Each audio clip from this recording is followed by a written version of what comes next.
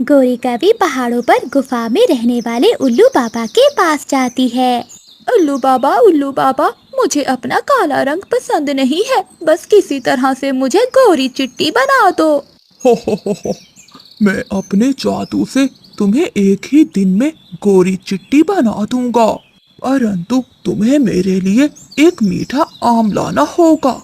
मीठा आम? वो तो मुझे मिल जाएगा। कबूतर के घोंसले से मीठा आम मुझे मिल जाएगा।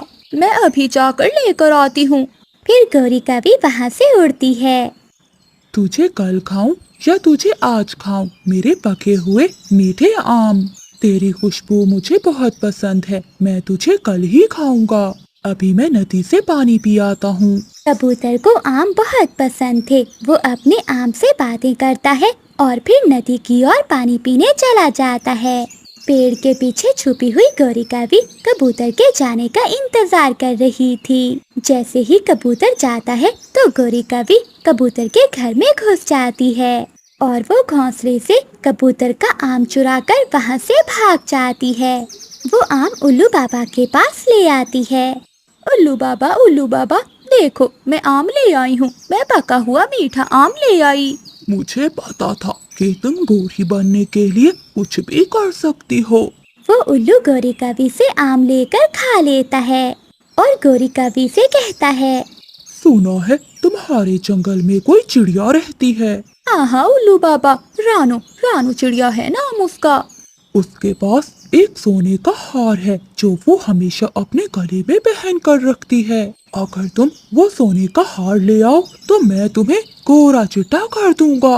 उल्लू बाबा जी, ये काम तो बहुत मुश्किल है, लेकिन मैं करूँगी। लेकिन याद रखना, अगर मैं वो हार ले आई तो आप अपने जादू से मुझे गोरा चिट्टा बना देना। वो हार ले आओ, फिर देखना मेरा जादू कैसे असर करता है। गौरी कभी वहाँ से उड़ती है और वापस जंगल जाती है।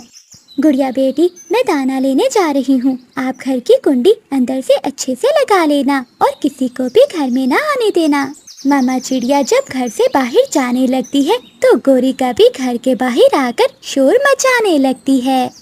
हाँ हाँ हाँ, लूट गई, मैं लूट गई। चिड़िया, मैं लूट गई। चिड़िया घर से बाहर आती है। गौरी, क्या हुआ? ऐसे क्यों शोर मचा रही हो? चिड़िया, जंगल में चोर आ गया है।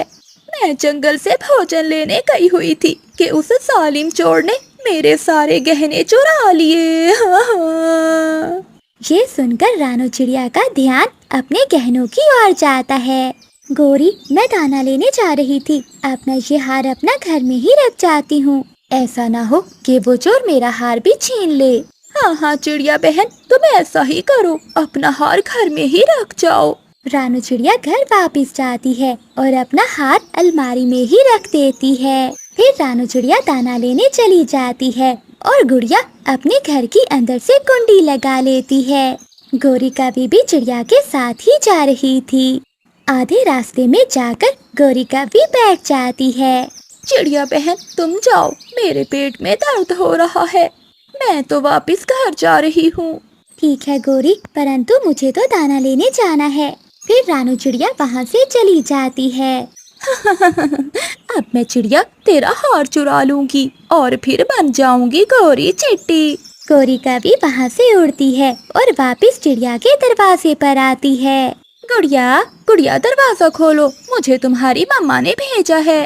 नहीं गौरी आंटी, मुझे मम्मा ने दरवाजा खोलने से मना किया हुआ है। गुड़िया, मैं हूँ तुम्हारी गौरी आंटी, बात तो सुनो। लेकिन गुड़िया दरवाजा नहीं खोलती। गुड़िया की बच्ची, मैं भी रुकने वाली नहीं हूँ। फिर गौरी कभी चिड़िया की छत पर चढ़ जाती है और वो अपनी चोंच से छत को तोड़ने लगती है। गौरी आंटी बहुत बुरी है, न जाने ये अब क्या करने वाली है। आंटी, ऐसा मत करे, हमारा घर ना तोड़े। गौरी कभी अपनी चोंच से छत में सुराख कर लेती है। गुड़िया भी बहुत तेज थी। वो जल्दी से चूल्हे पर पानी गर्म होने के लिए रख देती है। थोड़ी ही देर में पानी उबलने लगता है। गौरी कभी छत से नीचे छलांग लगाती है तो सीधे गरम गरम पानी में गिर जाती है। हाय, मैं मर गई, मुझे बचाओ। गुड़िया हंसने लगती है। गौरी आंटी, मैंने कहा था ना कि ऐसा ना करें। गोरी कवि के सारे पंख गिर जाते हैं, वो गंजी हो जाती है। वो किसी न किसी तरह गर्म पानी से निकलकर चलकर अपने घर पहुंच जाती है। गौरी, ये क्या हुआ? कालू जी, मैं तो उल्लू बाबा के पास चिट्ठी होने गई थी, लेकिन अब मैं ऐसी हो गई। हो, गौरी, बुरे काम की सजा भी मिलती है। अब तुम किसी को मुंह दिखाने लायक नहीं रही हो। फिर गोरी कवि अपने घर में छुप जाती है और रोती रहती है। गोरी कवि रानू चिड़िया के घर मिठाई लेकर जाती है। चिड़िया चिड़िया, ये लो मिठाई खाओ। ये मिठाई किस खुशी में है गोरी बहन? चिड़िया बहन, मैंने अंडा दिया है। फिर तो बहुत खुशी की खबर है। चिड़िया बहन, मगर एक समस्या है। वो क्या गोरी बहन? मेरा पति आज विदेश के जंगल चला गया है। अब मैं अंडे का ख्याल रखूंगी या भोजन ढूंढ कर लाऊंगी? आपका पहला अंडा है, आप अपने अंडे का ख्याल रखना। रही बात भोजन की, तो वो मैं ले आया करूंगी। आखिर पड़ोसन हूँ मैं आपकी। चिड़िया बहन, तुम बहुत अच्छी हो। फिर गोरी कवि अपने घर लौट जाती है। कालू, अब तुम जल्दी से अपने मामा जी के पास चले जाओ और 1 महीना वहीं रहना। मैंने अपने भोजन का बंदोबस्त कर लिया है। अगर किसी को पता चल गया कि ये अंडा असली नहीं बल्कि प्लास्टिक का है, तो पक्षी मिलकर तुम्हें बहुत मारेंगे।